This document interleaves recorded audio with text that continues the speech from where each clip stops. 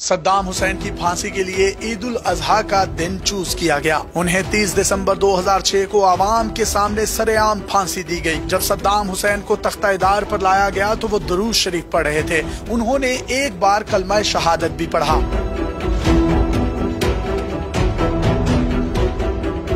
अशहदु अल्ला इलाहा इल्लल्लाह व अशहदु अन्ना मुहम्मद।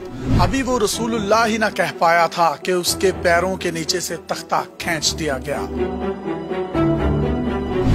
आज दहाइयों तक हुक्मरानी करने वाले का खात्मा हुआ। एक ऐसा शख्स अगले जहां चला गया जिसने 2 मुल्कों पर हमले किए, अपने मुल्क के अंदर ताकत का बेदरेख इस्तेमाल किया, आलमी ताकतों की आंखों में आंखें डाली, लेकिन फिर एक आलमी साजिश का खुद शिकार हो गया। उसकी फांसी पर अपने ही लोग जश्न मनाने लगे। उसके जाने के बाद से अब तक ये मुल्क संभल नहीं पाया। बेअमनी उस मुल्क का मुकद्दर बन चुकी है।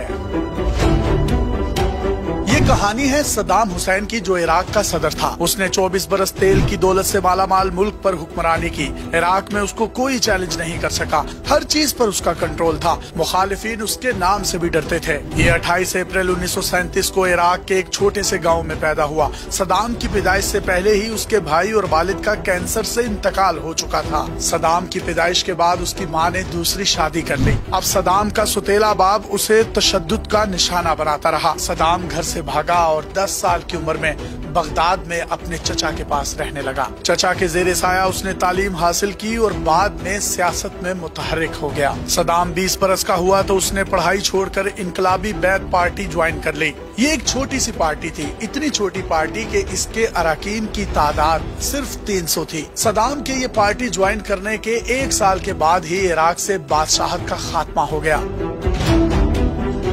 सद्दाम हुसैन ने मंसूबा बनाया कि सदर को कत्ल कर दिया जाए। उसने अपने ही साथियों के साथ मिलकर सदर पर कातिलाना हमला किया, लेकिन वो बच गया। सद्दाम हुसैन पकड़े जाने के खौफ से मुल्क से फरार हो गया। जब सद्दाम हुसैन की पार्टी की हुकूमत आई तो वो वापस आए। अभी हुकूमत बने 13 ही दिन हुए थे कि सद्दाम हुसैन ने वो कदम उठाया जो आज भी मौजूए बहस रहता है। कहा जाता है कि अब्दुल रज़ाक अल नाइफ उस वक्त वजीर आजम थे। खतरा था कि वो बगावत में किरदार अदा कर सकते हैं। सद्दाम हुसैन ने जिला वतनी के दौरान ही उन्हें किसी बैरूनी मुल्क में कत्ल करवा दिया।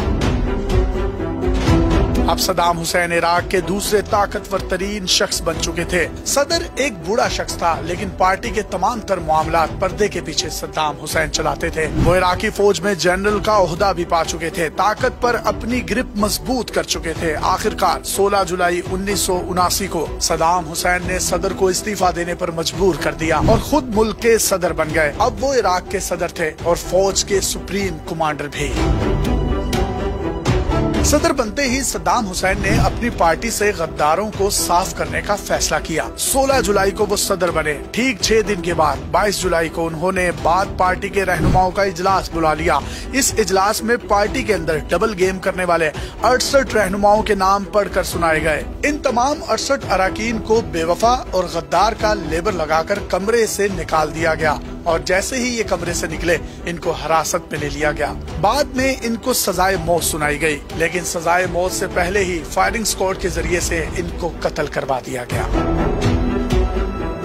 इधर सद्दाम हुसैन इक्तदार में आए तो उधर ईरान में इमाम खुमैनी अपनी हुकूमत कायम कर चुके थे। दोनों की पुरानी मुखालिफत थी। 1980 में सद्दाम हुसैन ने ईरान पर हमला कर दिया। ये जंग 8 साल तक जारी रही। दोनों फरीकों को अपना मकसद हासिल नहीं हुआ, लेकिन दोनों जानिब से तकरीबन 10 लाख अफराद अपनी जानें गंवा बैठे।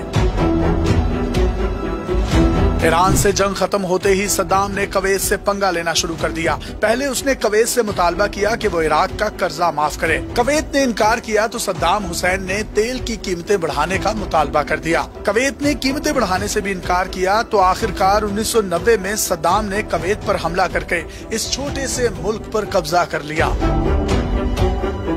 आलमी फोर्सेस और आलमी तवानाइयां इराक और सद्दाम हुसैन की इन तमाम साजिशों को देख रहे थे, जिसकी वजह से आलमी इत्तेहाद ने इराकी फौज के खिलाफ ऑपरेशन डेजर्ट स्टॉर्म लॉन्च किया। ये दूसरी आलमी जंग के बाद बनने वाला सबसे बड़ा फौजी इत्तेहाद था। अमरीकी क़यादत में ही इस बड़े फौजी इत्तेहाद ने चंद ही दिनों में इराकी फौज को तहस नहस करके रख दिया। इस जंग के बाद सद्दाम हुसैन ने किसी भी मुल्क पर फिर हमला करने का नहीं सोचा। जनवरी 2002 में अमेरिकी सदर जॉर्ज बुश ने सद्दाम हुसैन का तख्ता उलटने का ऐलान किया। सदर बुश ने इल्जाम लगाया कि इराक के पास वसी पैमाने पर तबाही फैलाने वाले हथियार मौजूद हैं। अक़वाम मुत्तहिदा की इंस्पेक्शन और हथियार न मिलने के बावजूद अमेरिका ने मार्च 2003 में इराक पर हमला कर दिया। 3 हफ्तों में ही सद्दाम हुसैन की 24 बरस की हुक्मरानी बिखर गई। इसकी फौज पारा पारा हो गई। अप्रैल तक इराक पर अमेरिका का मुकम्मल कब्जा हो चुका था।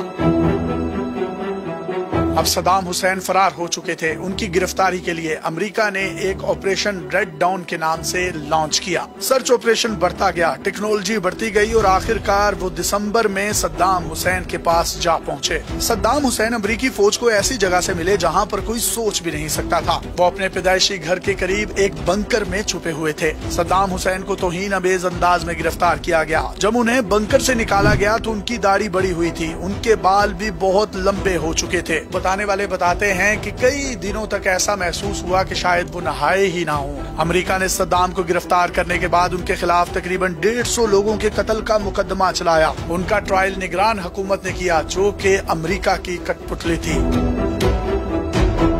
अब सद्दाम हुसैन का केस अदालतों में चलने लगा। अदालत ने उन्हें 1982 के कत्लेआम समेत कई जुर्मों में कसूरवार करार दिया और उन्हें सजाए मौत सुना दी। सद्दाम हुसैन ने अपने खिलाफ लगने वाले इल्जामात को मुस्तरद कर दिया और कहा कि असली मुजरिम मैं नहीं बल्कि अमेरिकी सदर जॉर्ज बुश है। पहली पेशी पर जब सद्दाम हुसैन को अदालत ने कहा कि वो अपनी शनाख्त करवाए, सद्दाम हुसैन ने जज को मुखातिब करते हुए कहा, तुम एक इराकी हो और तुम्हें अच्छी तरह पता है कि मैं कौन हूँ। ट्रायल के दौरान सद्दाम हुसैन इस बात पर डटे रहे कि वो अब भी इराक के आईनी सदर हैं। एक जज ने उन्हें साबिक सदर कहा तो सद्दाम हुसैन ने उसे याद दिलाया कि वो अब भी इराक के सदर हैं, लिहाजा उनको साबिक इराकी सदर ना कहा जाए। सद्दाम हुसैन की फांसी के लिए ईद उल अजहा का दिन चूज किया गया। उन्हें 30 दिसंबर 2006 को आवाम के सामने सरेआम फांसी दी गई। लोगों ने मोबाइल से उनकी वीडियो बनाई जो मिनटों में ही पूरी दुनिया में फैल गई। जब सद्दाम हुसैन को तख्ता-ए-दार पर लाया गया तो वो दुरूद शरीफ पढ़ रहे थे। उन्होंने एक बार कलमा शहादत भी पढ़ा, अशहदु अल्ला इलाहा इल्लल्लाह व अशहदु अन्ना मुहम्मद। वो अभी रसूलुल्लाह ही कह ना पाया कि तख्ता खींच दिया गया।